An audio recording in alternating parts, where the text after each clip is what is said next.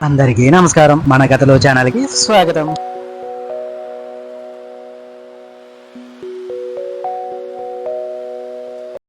ఒకసారి దేవతలందరూ కలిసి ఒక మహాయజ్ఞం నిర్వహించాలి అనుకున్నారు. ఆ యజ్ఞానికి బ్రహ్మ, విష్ణువు, శివుడు, ఇంద్రుడు, ఇతర దేవతలు హాజరయ్యారు. అప్పుడు అక్కడ ఉన్న దేవతలందరికీ ఒక సందేహం కలిగింది.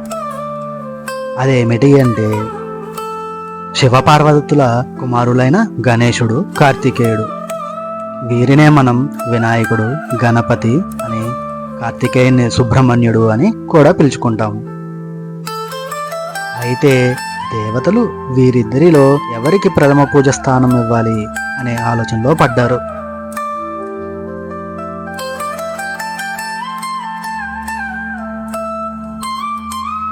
అప్పుడు దేవతలందరూ కలిసి ఒక నిర్ణయానికి వచ్చారు. అదేమిటి అంటే, పార్వతీపుత్రులిద్దరికీ ఒక పరీక్ష పెట్టదలిచారు. ఆ పరీక్ష ఏమిటి అంటే, ఎవరైతే ముల్లోకాలను 3 సార్లు ప్రదక్షిణ మొదటగా చేసి వస్తారో వారికి ప్రథమ పూజా స్థానం దక్కుతుంది అని తెలియజేశారు. ఈ పరీక్షకు వినాయకుడు, కార్తికేయుడు సరే అన్నారు. కార్తికేయుడు తన వాహనమైన మయూరాన్ని అధిరోహించి తన ముల్లోకల యాత్రను ప్రారంభించాడు.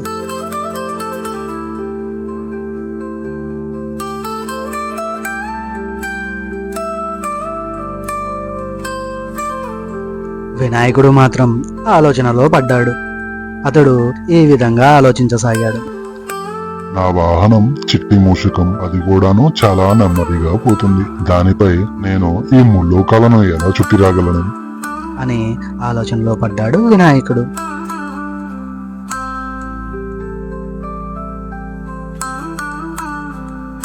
కొద్దిసేపటి ఆలోచన తర్వాత వినాయకుడు తన తల్లిదండ్రులు అయిన శివపార్వతుల చుట్టూ ప్రదక్షిణ చేయడం మొదలుపెట్టాడు.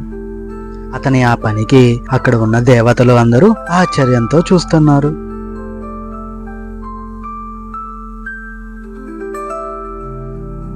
అక్కడ ఉన్న బ్రహ్మ మరియు ఇతర దేవతలు గణేశుణ్ణి ఈ విధంగా అడుగుతారు. ముల్లోకాలను తిరిగి రమ్మంటే నీవేమిటి మీ తల్లిదండ్రుల వద్ద ప్రదక్షిణ చేస్తున్నావు అని అడిగారు. దానికి సమాధానంగా వినాయకుడు, నాకు ముల్లోకాలు అంటే తల్లిదండ్రులను మించిన గొప్ప ప్రపంచం ఏముంటుంది అని సమాధానం ఇచ్చాడు. ఆ మాటలను విన్న శివపార్వతులు, బ్రహ్మ, విష్ణువు మరియు ఇతర దేవతలు సంతోషంతో, సత్యం చెప్పావు, నువ్వు నిజంగా జ్ఞానవంతుడివి, తల్లిదండ్రులపై ప్రేమ గలవాడవు, ఇది వరకు ఎవరూ కూడా ఈ విధమైన ఆలోచన చేయలేదు అంటూ దేవతలు అందరూ గణపతిని మెచ్చుకోసాగారు. బ్రహ్మ మరియు మిగిలిన దేవుళ్ళు, దేవతలు వినాయకుణ్ణి ప్రథమ పూజకు అర్హుడిగా నిర్ణయం తీసుకున్నారు.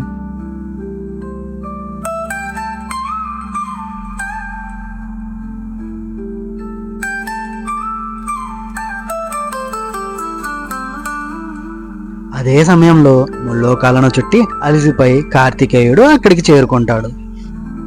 అందరితో నేను వచ్చేసా, నేను గెలిచాను అని అంటాడు. అక్కడ ఉన్న దేవతలు అందరూ అక్కడ జరిగిన ప్రతి విషయాన్ని కార్తికేయుడికి వివరిస్తారు.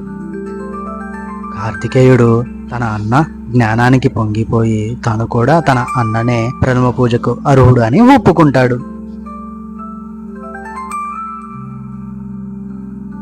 ఈ గణపతి కథ నుండి మనం నేర్చుకోవాల్సింది ఏమిటి అంటే, తల్లిదండ్రుల సేవయే దైవ సేవ, తల్లిదండ్రులే నిజమైన లోకం, వారిని గౌరవించిన వారికి దేవతల గౌరవం కూడా దక్కుతుంది.